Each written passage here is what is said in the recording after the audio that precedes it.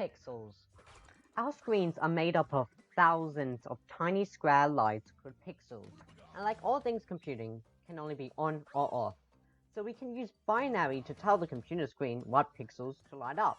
This creates black and white images, but only black and white image. No color, not even any gray. So if we want to use colors, we'll need to learn about RGB. You know how I just explained about pixels? Well, I lied. Our screen is actually made up of subpixels, which are red, green, and blue light. Just like I explained in the pixel section, you can use binary to control when these lights are on.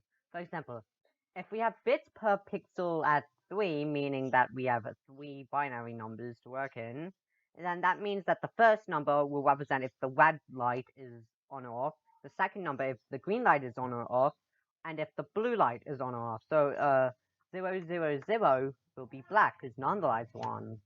111 will be white because all the lights are on. Now, so 100 will be red, 010 will be green, and 001 will be blue. But you might be asking, is that all the colors? Well, no, because you can mix colors, obviously. So 110, it equals yellow because red plus green equals yellow. Here's a side note, it's not because red plus green equals yellow, it's actually red minus green equals yellow. Which makes it so 101 is pink instead of purple. Bits per pixels mean how many digits of binary for each pixel. So if we do 6, that means 2 for each color. Now, you can do it in hexadecimal, but the bits per pixel will be different because there's 60 digits, so it'll be 12. So there's like, To summarize, computers can only be on or off, so we use a counting system called binary, which only has the digits 1 and 0.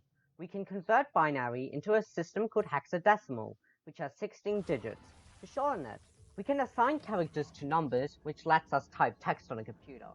Our screens are made up of lots of red, green, and blue lights called pixels. We use binary to tell the computer which lights are on.